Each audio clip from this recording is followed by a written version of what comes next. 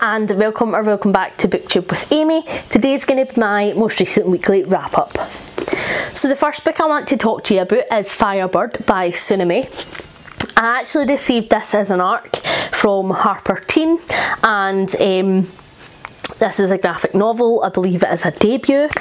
This is the author's debut. So we have our two main characters, Caroline and Kim, and Caroline, we get most of the book from her perspective, and so she is helping doing like a tutoring program at her school, and the girl she ends up getting to tutor is Kimberly, who is a senior, a wee bit older than her, and she has a bit of a reputation for being like not really interested in school and a bit of a wild child, whereas Caroline is such like a wee straight and narrow kind of gal, like doesn't want to be getting into any trouble, like all she wants to do is get good grades. Her mum is quite, you know, firm with her, and she isn't really allowed to do anything much for recreation or anything that distracts from her schoolwork basically. So she is like, need to do well, need to do excellent, da da da.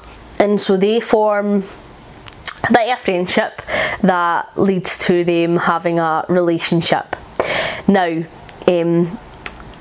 I didn't really connect to either of the characters in here, truth be told.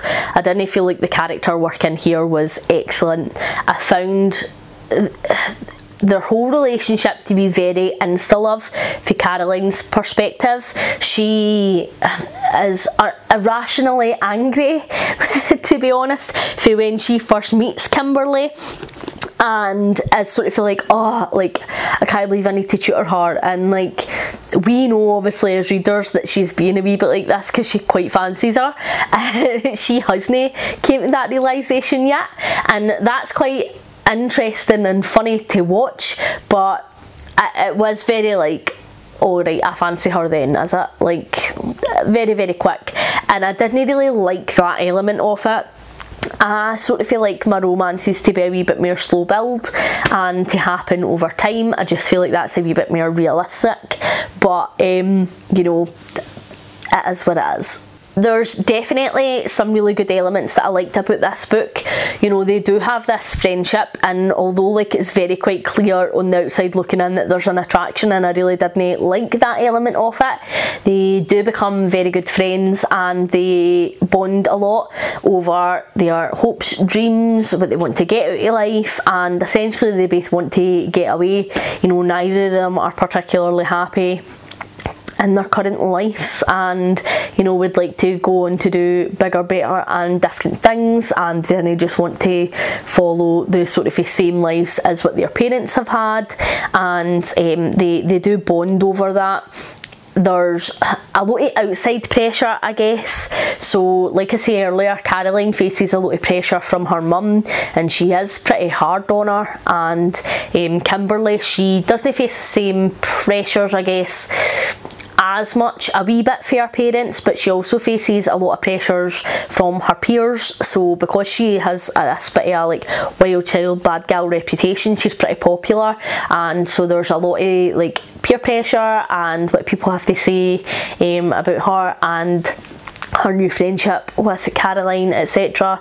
And I think that was handled well, but I don't think it was ever explored deep enough for me to really buy into that too much. I don't really feel like I ever felt like the pressures that they were facing were going to impact or stop their relationship from happening, and therefore like when they got together I didn't feel like they had overcome anything, and I didn't feel like basically anything was at real risk, so I didn't get the emotional pull that I think the author was trying to demonstrate with this book. However, I did still enjoy the story, and although I didn't emotionally connect to the two of these characters, like it was a queer coming age story and I can't not enjoy that, like it was an enjoyable read. It just isn't the best graphic novel I've ever read, and you know, in 12 years time, is this the one that I'm going to remember reading? Probably no, but I did enjoy it for what it was, and so I ended up rating this a 3-star in the end. I think as well, like arcs for graphic novels never really do them justice, because you only really get them half finished. Like, it starts off with like the proper detailed artwork, and then like it tails off to like scribbles, like, and so sometimes with this book it was difficult to see who was who, because there was so little detail, and like that obviously isn't the author or the book's fault at all. It just hindered my reading experience of it. But like, I appreciate I am lucky enough to have received this arc, so I'm not going to moan about it too much. If you're looking for a quick, wee, easy queer coming of age story with Pride Month coming up, then I would recommend you pick this up. Like, for what it was decent. I just didn't really buy into the characters quite as much as I would have liked. And then the next two books I read, I'm going to talk about together, because they are the last two books in a series. So I read Defy Me by Tahereh Mafi, and then Imagine Me by Tahereh Mafi.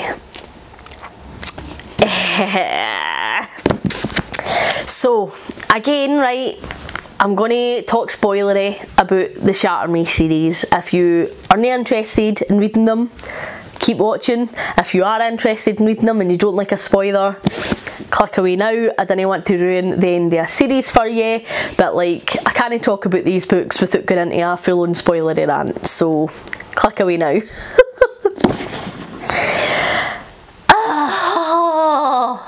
It pains me to say that I have read these two books, like actual physical pain, and I know it was self-inflicted because I fucking hated the last one, but like, these were worse, if that was possible.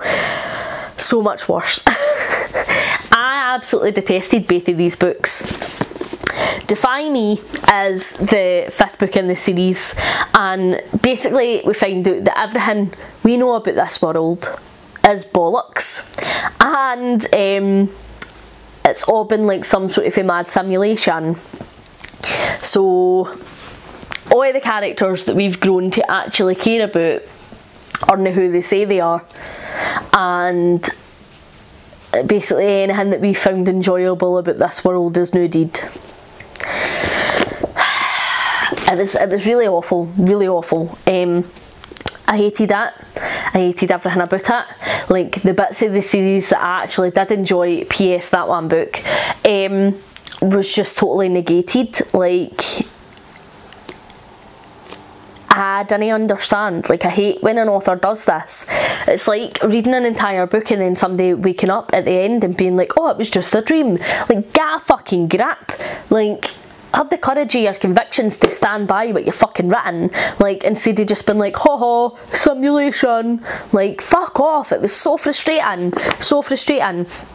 Juliet was so annoying in this book, / Ellie. Like, I just can't handle it. I really couldn't handle it. I can't believe that this pile of drosh was absolutely published, like traditionally published, and Tahereh Mafi's made loads of money off this. Like, I genuinely can't believe it. I'm fucking appalled. And then same with Imagine Me. And Imagine Me was almost worse, because she was trying to wrap up all of this shit that she's just introduced at the second last book of a series, and I just didn't feel like there was any good way that she could have wrapped up this series, like, in order for everything to make sense and to get all the answers to questions that I have. Like, I feel like this is probably the worst end to a series that I have ever read in my entire life, and I'm so annoyed about it. Like, very, very annoyed. We have Juliet's sister randomly in these last two books, and it's like, how am I going to buy into a relationship with somebody who I didn't even know existed and who has played no part in this story so far? Like, I get introducing other side characters or whatever, but I feel like introducing a big character like that and then making them such a vital part of the plot was just a complete miss, because I genuinely gave no fucks. Like, did not care.